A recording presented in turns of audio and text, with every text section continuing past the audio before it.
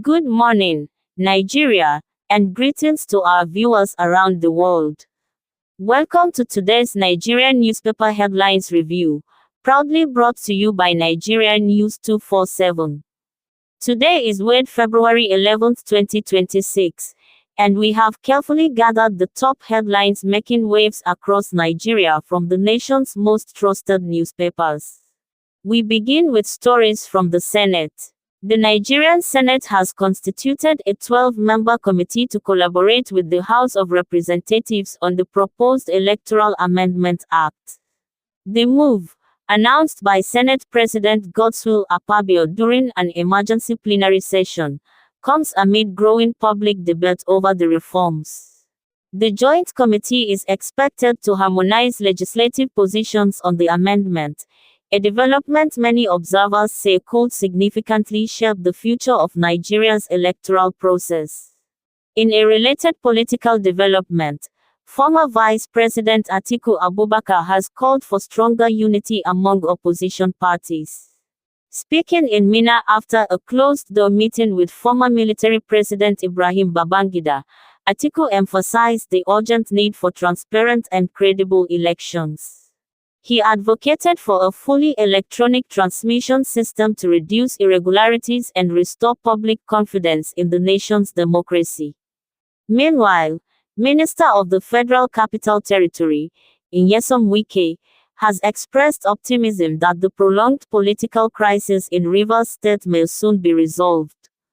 Wike credited what he described as decisive intervention by President Bola Tinubu as a turning point. He made the remarks while addressing journalists after inspecting ongoing infrastructure projects in Abuja.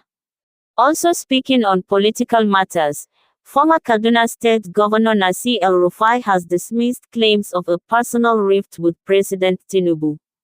In an interview on Trust TV, El-Rufai clarified that his support for Tinubu's 2023 presidential bid was based on party alignment and political strategy rather than personal friendship.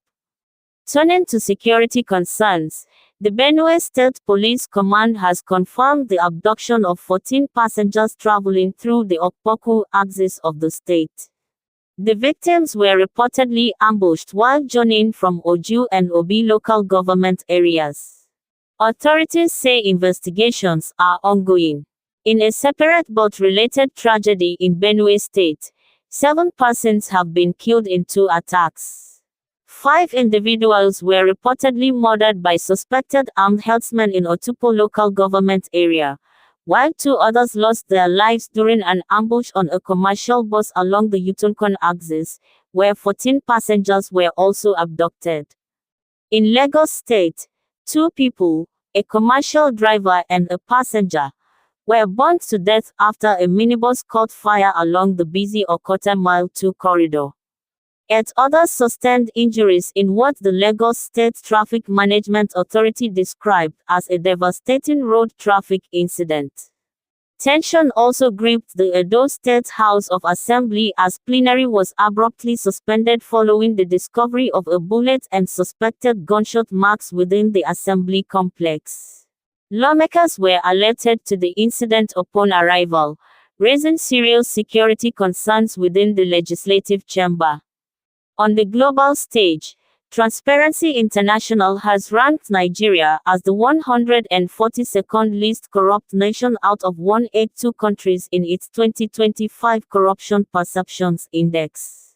The new ranking reflects a slight decline from the previous year, underscoring persistent governance challenges.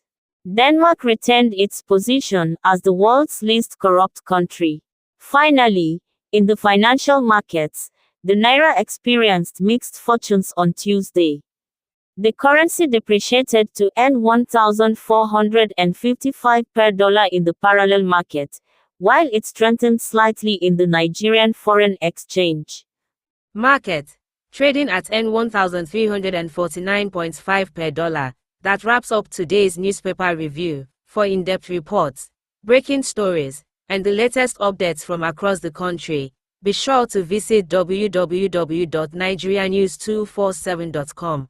Thank you for joining us today. Stay informed, stay connected, and we'll see you again tomorrow.